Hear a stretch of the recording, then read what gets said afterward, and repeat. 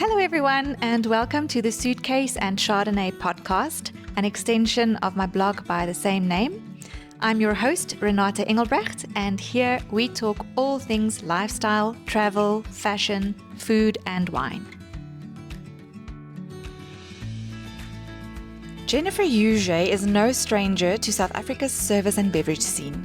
In fact, she's the Service and Beverage Director at one of South Africa's top restaurant groups, Fane, and brings so much more than just a glass of wine to the table. I sat down with her recently following a 6-course meal at Beyond Restaurant, located at the beautiful Constantia-based Buitenverwachting. This wine farm was founded by Simon van der Stel, the first governor of the new Dutch colony at the tip of Africa. The farm is located on the east-facing slopes of the Constantiaberg, a mere 12 kilometers from False Bay. It originally formed part of the Constantia Estate, and even though it changed hands all too often, it flourished as a wine farm from the start. In fact, it flourished beyond expectation, which is why Beyond Restaurant's name is so apt. In truth, whilst I was prepared for an extraordinary lunch at Beyond, nothing could have prepared me for the actual experience. An experience that will blow your mind in so many ways. In this episode, Jennifer and I dive into the backstories of some of the drinks she served during my meal and the inspiration that motivates her constantly evolving beverage menus, not only at Beyond, but also the Fane Group's other restaurants. I am at Beyond Restaurant at Buitenverwachting and I'm sitting with Jen. Hola, bonjour, hello. Jen, it's so lovely to see you again. We haven't seen each other in a year. Yes. Yeah. And I met Jen at Fane Restaurant. She is part of the team at Fane.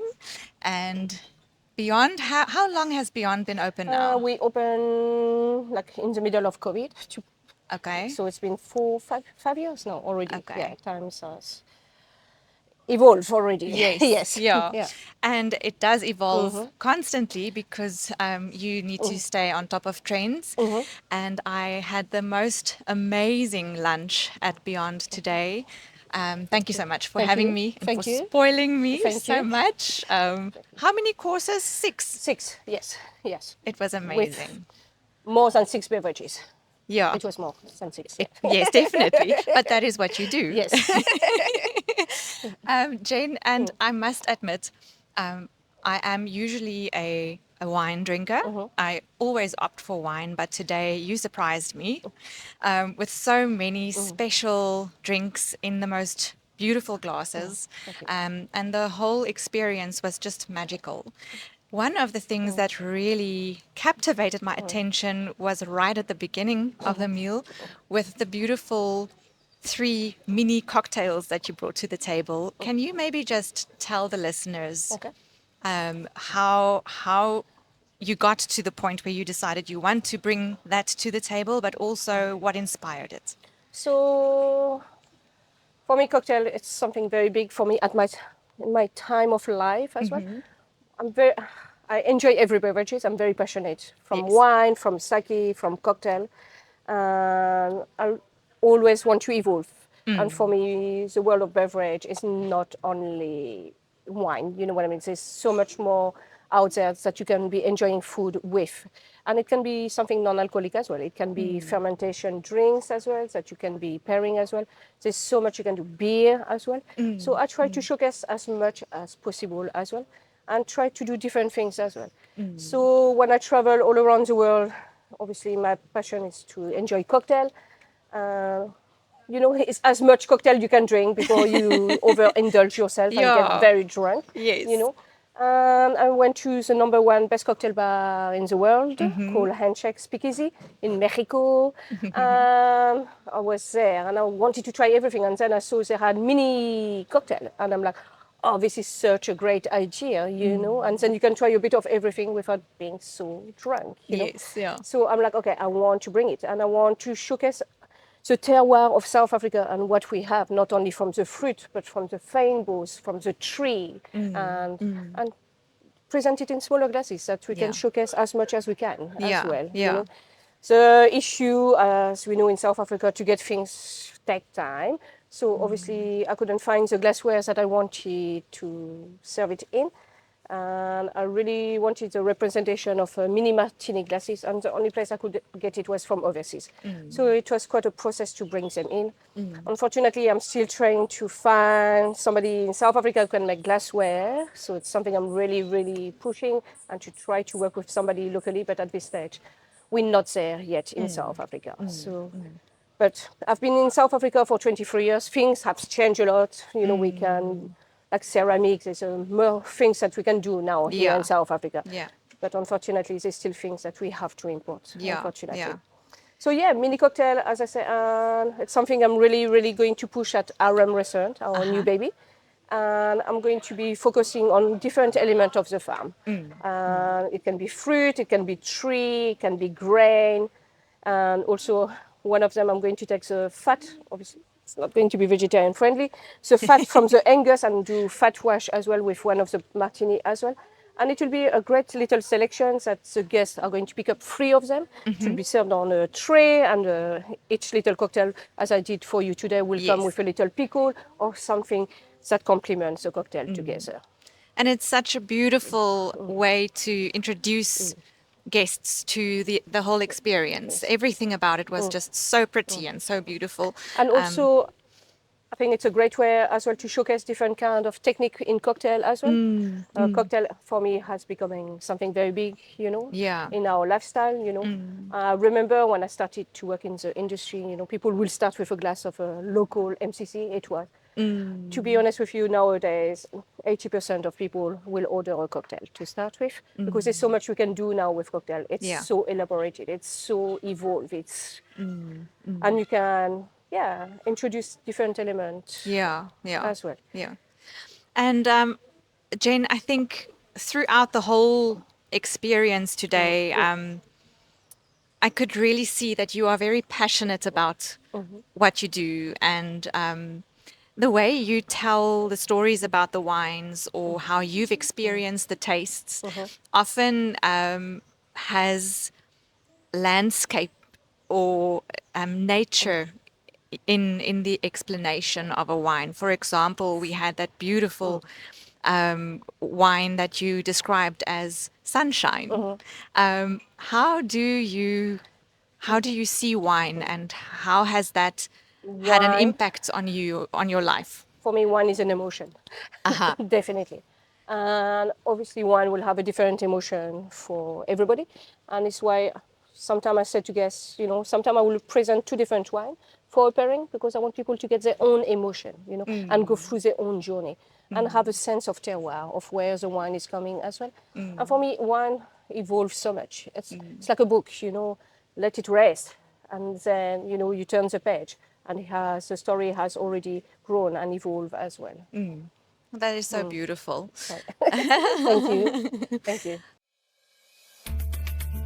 Collaboration is key in everything we do these days, opening up a whole new world of possibilities, even for someone like Jennifer, who maximizes on her creative process by taking hands with local craftsmen and women who help her bring her vision to life. Stay tuned for a glimpse into the unique craft beers we can expect to see on the menu at Boschendal's RM soon. RM Restaurant is the Fane Group's new baby, as Jennifer puts it, and you can read all about this new addition to Boschendal's culinary scene on the Suitcase and Chardonnay blog. Head straight to the Travel, Food and Wine tab at the top and search for the blog post titled "You Heard It Here First. The Fane Group is to open a new restaurant at Boschendal." Find the blog via the link in the show notes. You can work with a little handcrafted people, you know, like, and try to do different things all the time, you know, like, if I get something in my mind, you know, I will approach somebody, a distiller or a brewer, you know, and I'm like, I really want to do this. Again, I'm going through to RM because it's very new and fresh for me now, so obviously my focus is there right now. And the first mother pudding was served at Boschendal. So when I heard this, I'm like, what? So obviously I'm going to do a fat wash, obviously Malva pudding, and I'm busy making a beer with Caribbean, the brewery in Banana Jam. I can't remember the name. Sorry. Okay. So we're busy brewing Malva pudding, porter beer, as we speak. That's incredible. And then because we come back from Mexico with Sebastian, so here we decided to do a corn and leftover sourdough bread as well. So we're making two beer. And summer coming as well, so we're going to be, we kept all the rough lemon from the farm, and we're going to make a lemon sour beer as well. So I think sour beer is becoming something quite big as well. Yeah. So is that something that you will be selling Yes, definitely. as well? Okay. But obviously in our own restaurant, obviously. Yes. Not outside. Yeah. Okay. We started our garden a year and a half with all our different indigenous plants, botanical as well.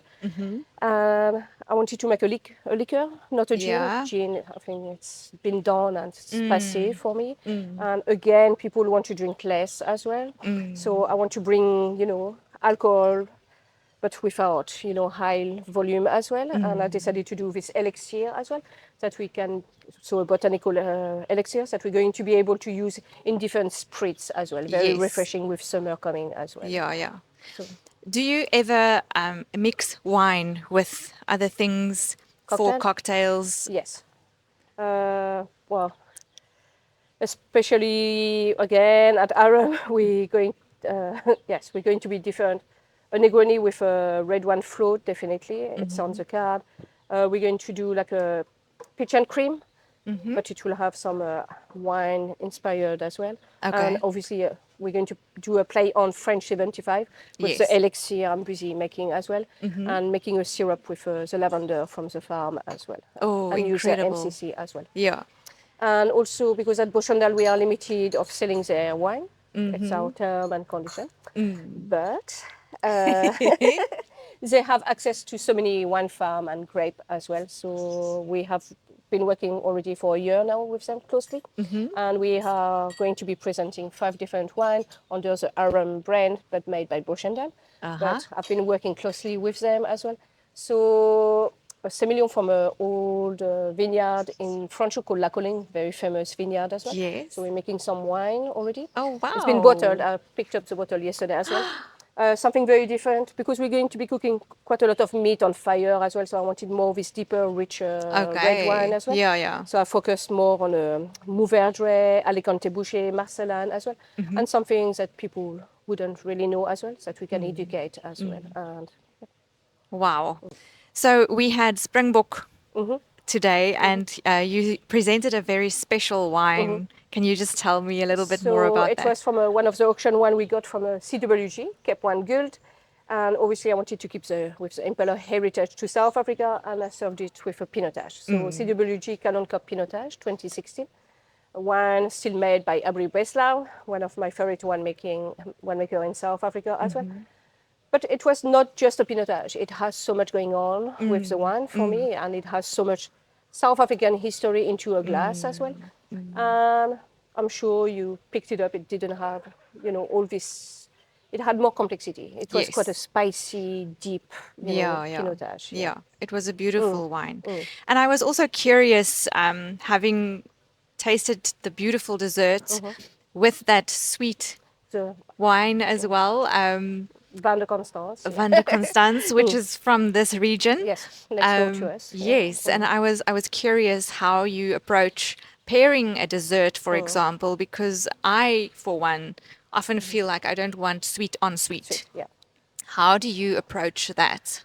That's why I really enjoy Clan Constantia Van de Constance, because it's very well balanced. I really don't enjoy dessert ones that are very cloying. For me, it needs freshness, and I think Clan Constantia do it right, and they pick it up at different stages as well, and ferment it at different stages as well, and then they blend it at the end as well. And they bring quite a lot of vibrancy, and it's got such a beautiful freshness and acidity, which is very important for the liveliness of the dessert wine. Yes, yeah. Next up, Jane explores the world of sake with one of South Africa, perhaps even Africa's first ever sake tasting experiences. If you're a lifestyle, travel, fashion, food, or wine brand looking for a multi-purpose platform to collaborate with in telling your brand's story, please reach out to hello@suitcaseandchardonnay.co.za. Suitcase and Chardonnay is a blog, podcast, and social media company, and under the same brand, I am also a freelance writer who writes numerous articles for various publications. I would love to work with you in telling your brand's story, so feel free to reach out and let's share your story together. I know that there are lots of new things happening at the new restaurant at Boschendal, but are there any new things coming up for Beyond and for Fane Restaurant? For Fane, always. Well, at Fane, I started, when we reopened 2 months ago, I introduced the first sake trolley in South Africa. Or I think in Africa, maybe, I think. And we were the first people legally to bring sake in South Africa. Our CEO, Paul, worked closely with the Department of Agriculture. And yeah, they didn't really understand sake, and obviously they wanted to protect the South African wine industry, which I understand. But yeah, they understood, it's not a wine, it's not a liquor, it's not a spirit, it's its own category, what I mean. Yes, yeah. At this stage, we're not allowed to serve it to anybody else, and it can only be served into Asian restaurant style. Restaurant, yeah. Yes, yeah. And so since I started Fane, I always want to do a sake pairing, not because we are a Japanese influence, which we are not. We use the technique. It's just, for me, sake's got more than what we think. It's got more complexity as well. And I really enjoy the umami character and robust that come through as well. And it can be quite versatile as well. You can find some sparkling sake. Today I show you the pink sake, which is made with red rice, which is one of the most ancient rice in Japan as well. And it's quite a new generation of brewer as well, and pushing the boundary by using wine yeast as well, using after fermentation, they age it in wine barrel as well. So they're really pushing the boundary as well. Sake is not what we thought it was, of the past, what I mean, like warm sake. No, it's way beyond than what we think as well. And especially sparkling sake, it's so lively and vibrant, and it can be paired with so many things as well. So, and again, sake you can have from dry to sweet as well, like wine. It's very versatile. Yes, yeah. And I found it very interesting. Like you served it in this beautiful wine glass, where I've had it previously, where they put it in a Ochoko. Yes, yeah, Cups, yeah. So it was very different, and it kind of surprises you, not only because it's a very different taste, but also in the way that you presented it, which was really lovely. So for me, the Ochoko, it will be more for you, more less polish sake, like a Junmai, which are normally more umami and more robust. So the more you polish like a Junmai Dagenjo or Junmai Genjo, these are sakes that have been polished more and tend to be a bit more floral as well. So for me, it's like wine. You want something a bit bigger. That can, aerate all the flavor and just, bring out more. Yeah. And the ones that you had today, they use wine yeast as well. They use barrel, so it's got the structure. So I want the person, when they enjoy the sake, to get all the texture and structures that you will get from a wine as well. Yes, yeah. What has the feedback been from people experiencing the sake tasting or offering that you? Very surprised. Sake, it's something to be drunk very slowly and to enjoy, like a wine, Yeah. And I think because sake is also healthier than wine, they don't add any additive as well, no sulfur as well. So for health consciousness as well, people tend to go in the direction of sake as well. Yeah. And people's been more open-minded as well. People nowadays, they don't mind to try different things. Yeah. And they realize that sake, it's not only for sushi. Sake can be paired with grilled meat, can be paired obviously with ramen, and dessert as well. Yeah. Yeah. I had sake 2008 vintage, but this sake needs to be made in the style that it can age. Normally, sake has got a very slow shelf life of 2 years. But some of the sakes that we made in this stage to age they become very rich, very toffee and caramel and honey and for dessert it's amazing for rich chocolate dessert. you know. Yeah. And it works. Yeah.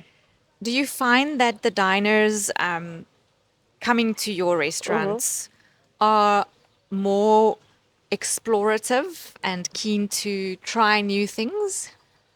Or Definitely. do you need to convince them? No, definitely. No, you're right. Obviously, I'm in South Africa, and I will always foremost represent what South Africa has to offer. Yes. It's not my risk. It's what I enjoyed as well. But I like to show different things as well, and it's why I introduce the sake as well. So, yes, in my tasting menu, I will show sake, but I will try not to overdo it with sake Yes, as yeah. well, because I want to show South African terroir, which is my first priority. Yeah. Jane, thank you so much Thank for you. this big treat, and you. it was lovely to see you again. Merci. And I look forward to coming to Boschendal And soon. Fane, soon. And Fane. Oui, thank you. Jennifer certainly brings a wealth of knowledge and creativity to the table.